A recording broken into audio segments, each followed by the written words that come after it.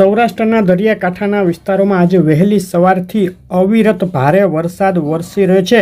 જૂનાગઢ જિલ્લામાં રીતસરનું મેઘતાંડવ થયું છે. આજે સવારે 6 વાગ્યાથી બપોરે 12 વાગ્યા સુધી 6 કલાકમાં જૂનાગઢના મેંદેડામાં 12.5 ઇંચથી વધુ તેમજ વંથલીમાં 10 ઇંચ, કેશોદમાં 10 ઇંચ અને માણાવદરમાં 4.6 ઇંચ વરસાદ નોંધાયો છે, જેને લઈને જૂનાગઢ જિલ્લાના ઘણા વિસ્તારોમાં હાલ જળબંબાકાર જેવી સ્થિતિ ઊભી થઈ ગઈ છે.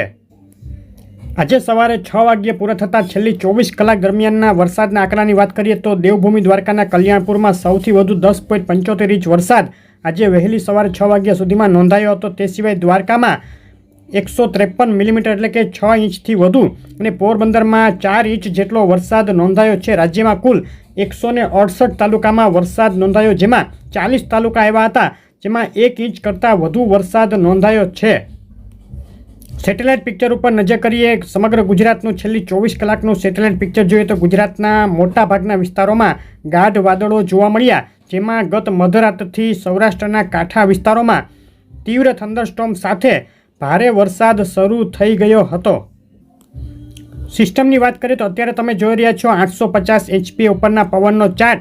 850 HP ઉપર જે સિસ્ટમ અત્યારે મધ્યપ્રદેશ ઉપર છે તે લો પ્રેશર સિસ્ટમ છે અને તેનું સર્ક્યુલેશન હાલ ગુજરાત ઉપર આવી ગયું છે. 850 HP ઉપર એક સ્ટ્રોંગ સર્ક્યુલેશન ગુજરાતના વિસ્તારો ઉપર જોવા મળી રહ્યું છે અને આ સર્ક્યુલેશન આજે સાંજે રાત્રે ધીમી ગતિએ ઉત્તર દિશા તરફ ગતિ કરશે, જેને લઈને સૌરાષ્ટ્રના આ વિસ્તારો તેમજ મધ્ય ગુજરાતના આ વિસ્તારોમાં વરસાદના પ્રમાણમાં વધારો થઈ શકે છે.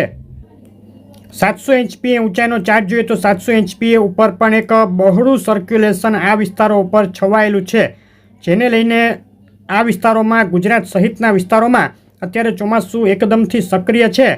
અને ગુજરાત ઉપરની વાત કરીએ તો 700 HP ઊંચાઈ ઉપર હાલ આ વિસ્તારોમાં સર્ક્યુલેશન સક્રિય છે.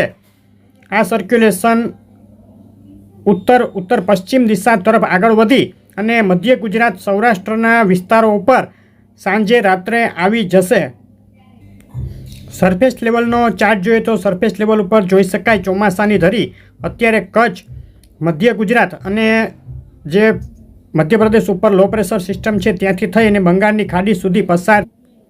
અને સરફેસ લેવલ ઉપર અત્યારે ગુજરાત ઉપર સર્ક્યુલેશનની સાથે અસ્થિરતાનો માહોલ જોવા મળી રહ્યો છે.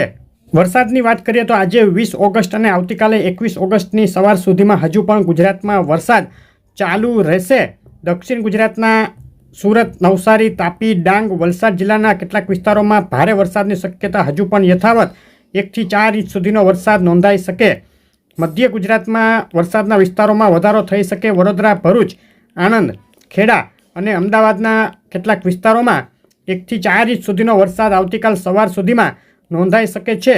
તે સિવાયના જે વિસ્તારો છે પૂર્વ મધ્ય ગુજરાતના, તેમાં હળવો મધ્યમ અને ક્યાંક ભારે તેવો 1 થી 3 ઇંચ સુધીનો વરસાદ ઘણા વિસ્તારોમાં નોંધાઈ શકે છે.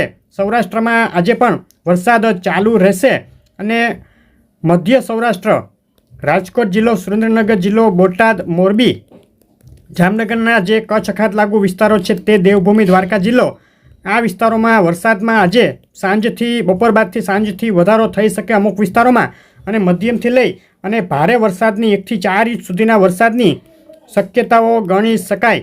આ વિસ્તારોમાં જે દક્ષિણ સૌરાષ્ટ્રના અતિ ભારે વરસાદવાળા વિસ્તારો છે તેમાં પણ આજે વરસાદ હજુ ચાલુ રહેશે અને જૂનાગઢ, અમરેલી, ગીર સોમનાથ, પોરબંદર, દ્વારકા, ભાવનગર, બોટાદના કેટલાક વિસ્તારોમાં 1 થી 3 ઇંચ સુધી અને જૂનાગઢ, ગીર સોમનાથના અને પોરબંદર પટ્ટીના જે વિસ્તારો છે તેમાં 3 થી 5 ઇંચ સુધીનો વરસાદ હજુ પણ આગામી 24 કલાક દરમિયાન કેટલાક વિસ્તારોમાં જોવા મળી શકે છે.